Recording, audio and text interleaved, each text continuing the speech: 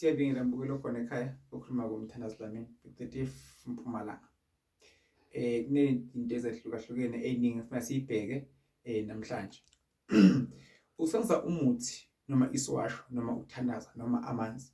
Makungabe ukuthi usuke sekukhona into exakile empilweni yakho.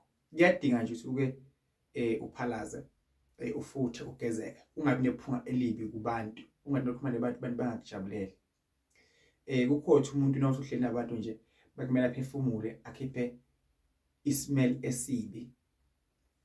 Omunye umuntu anuke noma agezile. Because kufuna umuntu akujabulele lo muntu loyo akuthande ube nogazi. Ukuvakashela nje iwasho zikadokotela wemthandazi uyithenga ucela amanzi udinga nje intambo udinga isosho semizwa bo blue key bo smith uthi ube negazi nje uthandeke mbukelo khona ekhaya. Ekhathini esiningi abantu bazi ukuthi nabo kumele uye esintwini ufuna uye ngoba kusuke sonenkinga ethile is either mhlawumbe isuke imali kuwe ingahlali kanti akusiko lokho. Kuyadinga nje umuntu uzukline ungaze okay bathabanye ngokwesintu ngokwesisho kuhle ukuvikela kunokulapha mbukelo khona ekhaya. Abaningi benu bafuna ukusuma phansi ngoba sokukhona inkinga lebe khona. Nalidaba elunye ngifase libheke futhi mina ngikhule ngazi ukuthi ingane encane ayitshelwa mabe ekhaya kushoniwe. Kunomuntu engingaba naye namhlanje omnyusisi la waba nenkinga ulethe ingane yakhe. Mangibheka ngithi ingane ngathi ingqondo ithi kuphazamiseka kancane but ngiyabona ukuthi ingane ayiloyiwe mara ngathi kukhona into ephazamisele ingane. So ngisekhuluma kusafika lapho hayibo siswami ingane ikhona inkinga ekhona la kwenzakaleni achaze why vele inkinga ekhona. Futhi uba kwengane ufonele umntwana wamtshela ukuthi umkhulu wakhe ushonile. Umkhulu nomntwana beba close but umntwana ukushona akakwazi ukuthi kuyini kodwa from amtshele lokho uvele imcundo yakhe ngathi ufuna ukuphambana.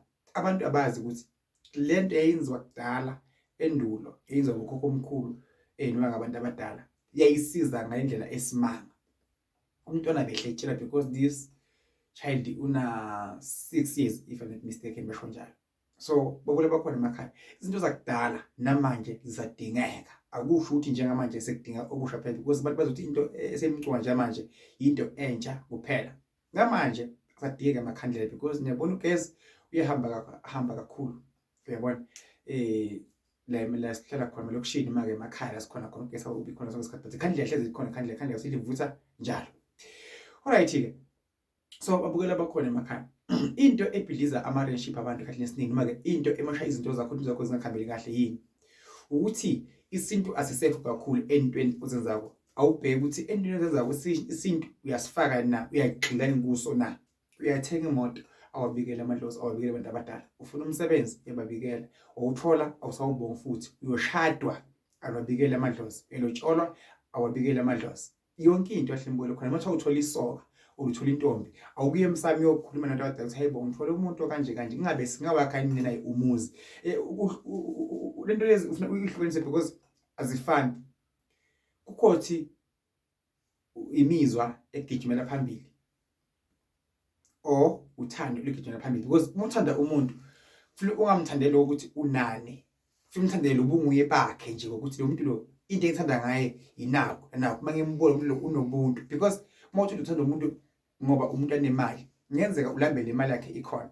Umuntu ufuna umthande ngoba anobuntu because mayinobuntu uyazi if ngithenga ijacket ekaso ngemuntu omothile fla ngithenga ijacket yami efana yami if sengilambile I'm sure ukuthi nemuntu wami uselambile mara mangahambi kanjalo kunzima kakhulu mbukelo khona ekhaya. Uma usithanda umuntu because unemoto urich kunenkinga mbukelo khona ekhaya. Sisho ukuthi abantu mabathande abantu abangafunge phambili ngokwempilo because kukhona abantu mbukelo khona ekhaya ayingoba abaloyiwe noma abathakathiwe yibona abangafuthi impilo yabo iye phambili bayithola imali futhi baphumela ngapha lapha but imali abayisebenzisi ngendlela efanele. Ingafika nje imali umuntu avaleke ini umqondo ayimosha imali lapho akayimosha khona and sengigcina mbukelo khona ekhaya alikho soka ekasici akekho umuntu onawo amaphutha akekho umuntu ongenalo ini ifayela even umfundisi unefayela analo. So abantu mabayeke ukugxila einkingeni zabanye abantu umuntu eze ngathi amaphutha akanawo noma ngaya kuphi noma ngaya kubani akekho umuntu ovela nentombi nje esikhaleni ngonkosikazi